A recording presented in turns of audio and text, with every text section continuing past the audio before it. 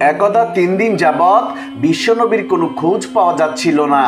হযরত উমর রাদিয়াল্লাহু তাআলা আনহু এবং হযরত আবু বকর রাদিয়াল্লাহু তাআলা আনহু পাগল পাগল হয়ে নবীজিকে খুঁজতে বের হয়ে গেলেন।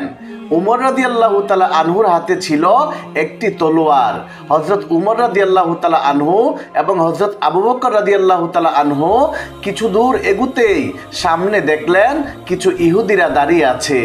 এরপর হযরত উমর রাদিয়াল্লাহু তাআলা আনহু ইহুদিদেরকে লক্ষ্য করে বললেন, হে ইহুদির বাচ্চারা, তোরা বল আমার নবীজি কোথায়, না হলে আমি উমর আজকে তোদের সবাইকে কতল করে ফেলবো।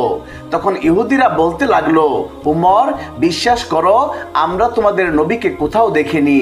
তখন হযরত আবু বকর রাদিয়াল্লাহু তাআলা আনহু উমরকে বললেন, উমর চলো আমরা সামনের দিকে যাই, সেখানে হয়তো কিছু রাখালদেরকে দেখতে পাবো, তাদের কাছে জিজ্ঞেস করলে হয়তোবা বিশ্বনবীর খোঁজ পাওয়া যেতে পারে। অতঃপর হযরত আবু বকর রাদিয়াল্লাহু তাআলা আনহু এবং হযরত উমর রাদিয়াল্লাহু তাআলা আনহু সামনের দিকে হাঁটতে লাগলেন। কিছু দূর হাঁটার পর তারা একটি পাহাড়ের কাছে কিছু রাখালদেরকে দেখতে পেলেন এবং আবু বকর রাদিয়াল্লাহু তাআলা আনহু রাখালদেরকে জিজ্ঞাসা করলেন, হে রাখালেরা, তোমরা কি এদিক দিয়ে আমাদের দ্বীনের নবীকে যাইতে দেখেছো?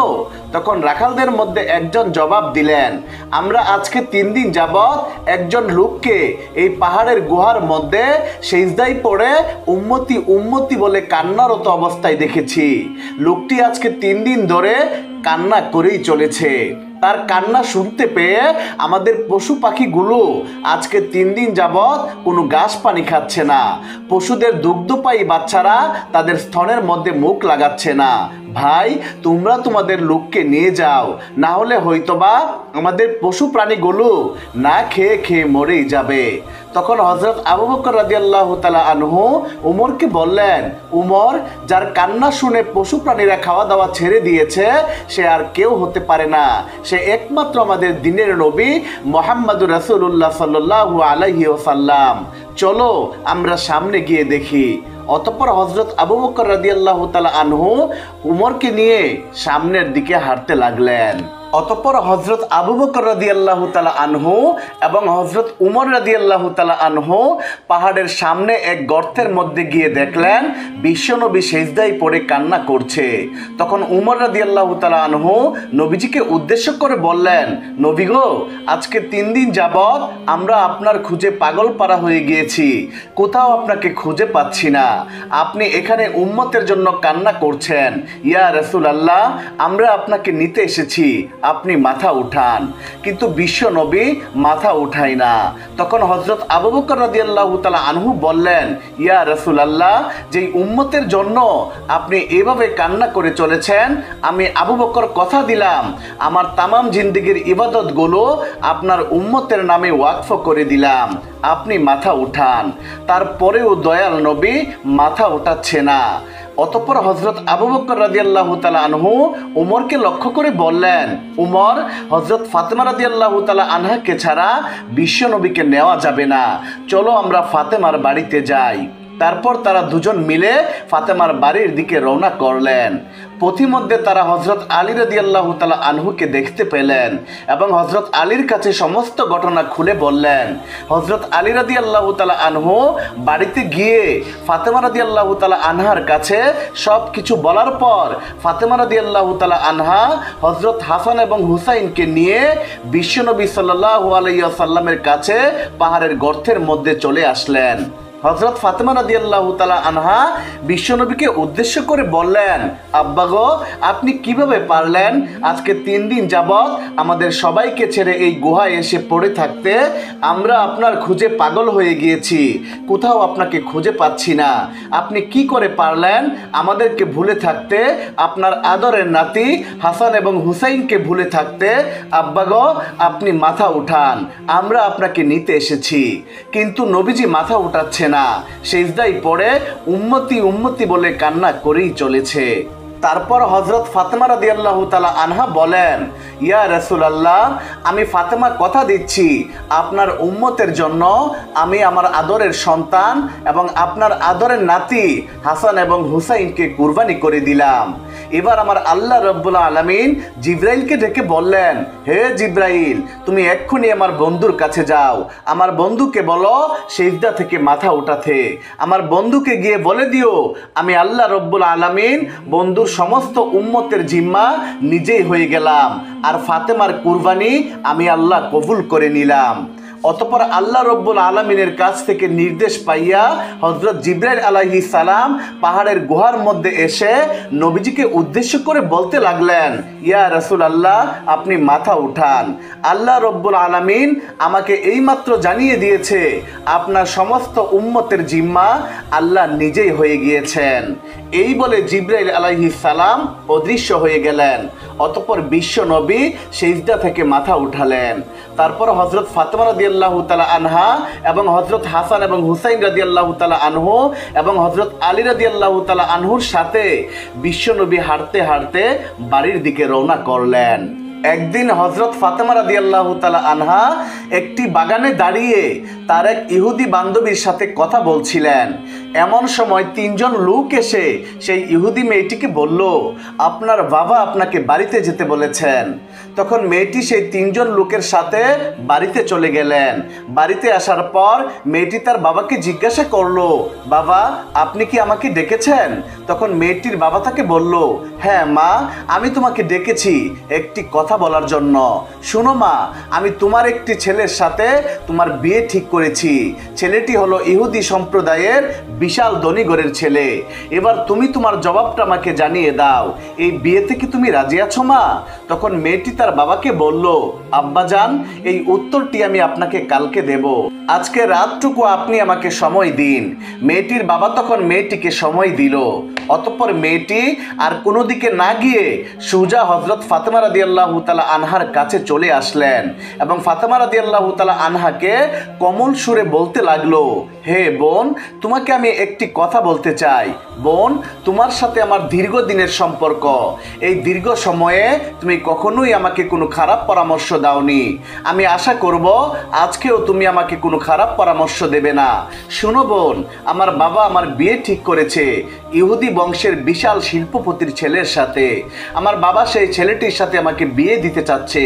এখন তুমি বলো, আমি কি সেই ছেলেটিকে বিয়ে করব? জবাবে হযরত ফাতেমা রাদিয়াল্লাহু তাআলা আনহা বললেন, হে বোন, তোমার বাবা যেহেতু তোমাকে ওই ছেলেটির সাথে বিয়ে দিতে চাচ্ছে, নিশ্চয়ই ভালো হবে, কারণ বাবাদের সিদ্ধান্ত কখনো খারাপ হয় না। তাই আমি চাইবো তুমি ওই ছেলেটিকে বিয়ে করে ফেলো। এবার ইহুদি মেয়েটি হযরত ফাতেমা রাদিয়াল্লাহু তাআলা আনহাকে বলল, বোন, আমি ওই ছেলেটিকে বিয়ে করতে পারি, তবে একটি শর্ত আছে। শর্তটি হলো, আমি চাই তুমি আমার বিবাহের মধ্যে যাবে। এবার হযরত ফাতেমা রাদিয়াল্লাহু তাআলা আনহা বললেন, বোন শুনো, আমি তোমার বিয়েতে কিভাবে যাব?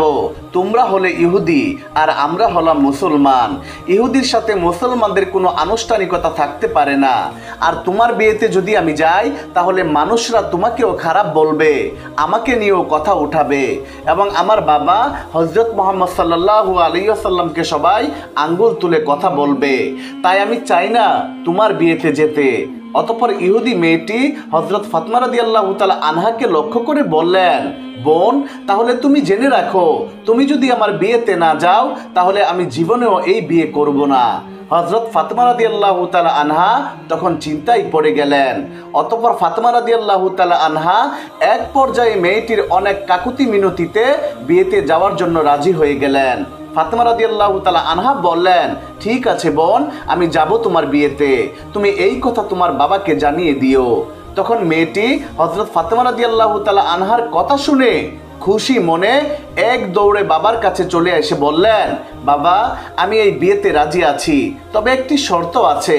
শর্তটা হলো, আমার বিয়েতে মুহাম্মদের মেয়ে ফাতেমা আমার সাথে থাকবে। তখন মেয়েটির বাবা বলল, মুহাম্মদের মেয়ে ফাতেমা যদি আমাদের বাড়িতে আসে, তাহলে সে আমাদের পরিবেশের সাথে মিলবে না, কারণ সে হচ্ছে গরিব, তারা ঠিকমতো দুবেলা ভাত খেতে পারে না, দেহে ভালো জামা কাপড় নেই। তাহলে সে কিভাবে তোমার বিয়েতে আসবে? যারা এই বিয়েতে আসবে তারা সবাই ধনী শিল্পপতির ছেলে মেয়ে। তাই মোহাম্মদের মেয়ে ফাতেমাকে দাওয়াত দেওয়া লাগবে না। তখন মেয়েটি তার বাবাকে বলল, বাবা, ফাতেমাকে যদি বিয়েতে আসতে বাধা দাও তাহলে আমি জীবনও এই বিয়ে করব না। এক পর্যায়ে বাবা নিরুপায় হয়ে রাজি হলো এবং মেয়েকে বলল, আমি তোমাকে অনুমতি দিতে পারি, তবে একটা শর্ত আছে। শর্তটা হলো, যদি মোহাম্মদের মেয়ে ফাতেমা আমাদের বাড়িতে আসতে চায় তাহলে তাকে সুন্দর নতুন জামা কাপড় পরেই আসতে হবে। যদি পুরাতন জামা পরে চলে আসে তাহলে আমার বাড়িতে ঢুকতে পারবে না। তখন সেই মেয়েটির বাবার কথা শুনে মেয়েটি আবার দৌড়ে হযরত ফাতেমা রাদিয়াল্লাহু তাআলা আনহার কাছে গিয়ে কেঁদে কেঁদে বলল, হে বোন, তুমি আমার বিয়েতে যাও, তা আমার বাবা চায় না। তবে আমার বাবা একটা শর্তে রাজি হয়েছেন। শর্তটি হলো, আমার বিয়েতে যদি তুমি যাও তাহলে অবশ্যই নতুন সুন্দর জামা কাপড় পরে তোমাকে আসতে হবে। এখন তুমি বলো, তুমি আমার বিয়েতে যাবে কিনা? এই কথা শুনে হযরত ফাতেমা রাদিয়াল্লাহু তাআলা আনহা কেঁদে কেঁদে বললেন, বোন, আমার জীবনে এমনও দিন কেটে গেছে আমি আমার জীবনের নতুন জামা কাপড় চোখেই দেখিনি। দিনের পর দিন চলে যায়, যার ঘরে চুলায় আগুন ধরে না, দিনের পর দিন চলে যায়, আমরা না খেয়ে থাকি, সেখানে নতুন জামা কি করে পাবো? তখন মেয়েটি হযরত ফাতেমা রাদিয়াল্লাহু তাআলা আনহাকে বলল, বোন, তুমি যদি তোমার নিজের জবান দিয়ে একবার বলো যে আমি নতুন জামা কাপড় পরে তোমার বিয়েতে যাব, তাহলে আমার বিশ্বাস তোমার সৃষ্টিকর্তা মহান আল্লাহ রব্বুল আলামিন তোমার জামা কাপড়ের ব্যবস্থা করে দিবেন, কারণ আমি জানি তোমার সাথে তোমার রবের অনেক ভালো সম্পর্ক। ফাতেমা রাদিয়াল্লাহু তাআলা আনহা এক সময় আবেগী হয়ে বললেন, ইনশাআল্লাহ আমি তোমার বিয়েতে যাব এবং পৃথিবীর সবচেয়ে দামি কাপড় পরিধান করেই যাব। তখন মেয়েটি দৌড়ে তার বাবার কাছে গিয়ে তার বাবাকে বলল, বাবা, ফাতেমা আমার বিয়েতে আসবে এবং সবার চেয়ে দামি কাপড় পরেই আসবে। এরপর বিয়ের দিন তারিখ ঠিক করা হলো। এদিকে ফাতেমা রাদিয়াল্লাহু তাআলা আনহা চিন্তা করতে লাগলেন, বিয়ের দিন কাছে চলে আসছে আর আমি ওয়াদা করেছি বিয়ের দিন সেই বিয়ে বাড়িতে নতুন জামা কাপড় পরিধান করে যাব, কিন্তু আমার নতুন জামা কাপড় নেই। এইসব কথা চিন্তা করতে করতে হযরত ফাতেমা রাদিয়াল্লাহু তাআলা আনহা জায়নামাজ বিছিয়ে নামাজে বসে গেলেন। নামাজের সেজদায় গিয়ে তিনি দু চোখের পানি ছেড়ে দিয়ে বললেন, হে মাবুদ, এই দুনিয়াতে আপনার সাথে আমার গভীর সম্পর্ক হয়েছে তা আজ পর্যন্ত কেউ জানে না। মাসের পর মাস চলে গিয়েছে, না খেয়ে আমি থেকেছি, কোনো দিনও আপনার কাছ থেকে কোনো কিছু চাইনি। আজকে আমি আপনার কাছে একটা নতুন কাপড়ের আবদার করলাম। এই আবদার আমার জৈবিক বা দৈহিক চাহিদা পূরণের জন্য নয়। আমাকে এমন একটি জামা প্রদান করুন যেটা পরে আমি আমার বান্ধবীর বিয়েতে যেতে পারবো এবং সব সেখানকার মেয়েরা যেন সেই জামা দেখে আমার দিকে তাকিয়ে অবাক হয়ে থাকে। একটা নতুন জামা দান করেন আমাকে আল্লাহ। এভাবেই ফাতেমা রাদিয়াল্লাহু তাআলা আনহা চোখের পানিতে মুনাজাত করতে লাগলেন। হযরত ফাতেমা রাদিয়াল্লাহু তাআলা আনহা চোখের পানি দিয়ে কাঁদছিলেন। তিনি নামাজ শেষ করে যখন ঘরের কোণে তাকালেন তখন ঘরের কোণে দুইটি প্যাকেট দেখতে পেলেন। তখন হযরত ফাতেমা রাদিয়াল্লাহু তাআলা আনহু প্যাকেট নিয়ে কাঁদতে কাঁদতে বিশ্বনবী সাল্লাল্লাহু আলাইহি ওয়াসাল্লামের কাছে আসলেন এবং তার কাছে সমস্ত ঘটনা খুলে বললেন। অতঃপর বিশ্বনবী প্যাকেট হাতে নিয়ে খুলতেই জান্নাতের সুঘ্রাণ পেলেন। তিনি এই সুঘ্রাণ মিরাজের রাতে পেয়েছিলেন।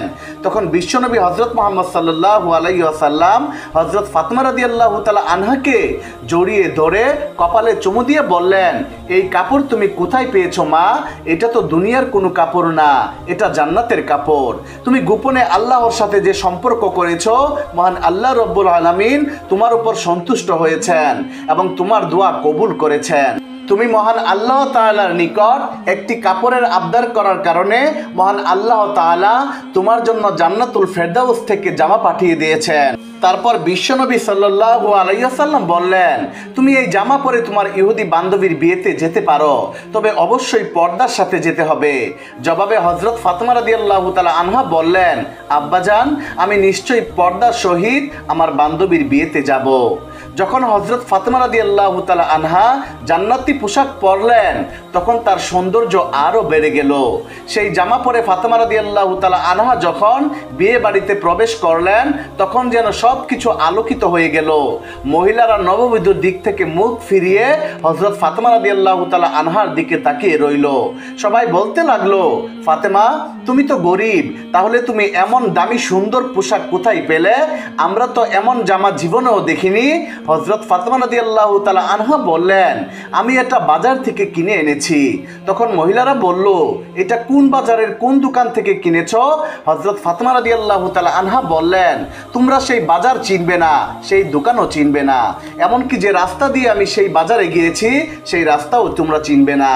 তখন সেই মহিলারা বলল, আমরা চিনব, তুমি শুধু একবার ঠিকানা বলো।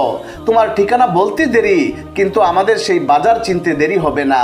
তখন হযরত ফাতেমা রাদিয়াল্লাহু তাআলা আনহা তাদেরকে বলল, আমি যে বাজারের দোকান থেকে এই জামাটা কিনেছি সেই দোকানে কোনো সাধারণ রাস্তা দিয়ে যাওয়া যায় না। ওই দোকানে যেতে হলে একটা বিশেষ রাস্তা দিয়ে যেতে হয়, আর সেই রাস্তার নাম সিরাতুল মুস্তাকিম। সেই রাস্তার জন্য আমার বাবা হযরত মুহাম্মদ মুস্তাফা সাল্লাল্লাহু আলাইহি ওয়াসাল্লাম সব সময় দিনের দাওয়াত দিয়ে থাকেন। যে রাস্তার জন্য আমার বাবা তায়েফের জমিনে 3 বার রক্তাক্ত হয়েছেন, সেই রাস্তার নাম হলো সিরাতুল মুস্তাকিম। সেই রাস্তা দিয়ে যদি তোমরা যাও তাহলে যেতে যেতে একটা বাজার পাবে, সে বাজারের নাম হলো জান্নাত। আর সেই বাজারে একটি দোকান আছে, সেই দোকানের নাম হলো জান্নাতুল ফিরদাউস। সেই দোকানের মালিক আমাকে এই জামাটা দিয়েছে। মহিলারা সেই জামা পাওয়ার জন্য এতটাই বেকুল হয়ে গিয়েছিল যে তারা ফাতেমাকে বলতে লাগলো, ফাতেমা, আমরা যেতে চাই সেই পথে, তুমি আমাদেরকে নিয়ে যাও। তখন ফাতেমা বলল, সেই পথে যেতে হলে প্রথমে সবাইকে একটি বাক্য উচ্চারণ করতে হবে, তোমরা কি পারবে সেই বাক্যটি উচ্চারণ করতে? তখন মহিলারা সবাই পারবে বলে সম্মতি দিল। অতঃপর হযরত ফাতেমা রাদিয়াল্লাহু তাআলা আনহা বললেন, সেই বাক্যটি হলো লা ইলাহা ইল্লাল্লাহু মুহাম্মাদুর রাসূলুল্লাহ সাল্লাল্লাহু আলাইহি ওয়াসাল্লাম। তখন উপস্থিত সকল মহিলা এই কালেমা পড়ে মুসলমান হয়ে গেল। সুবহানাল্লাহ, সুবহানাল্লাহ।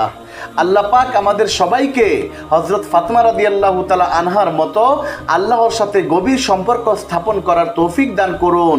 সকলেই কমেন্টে লিখুন আমিন।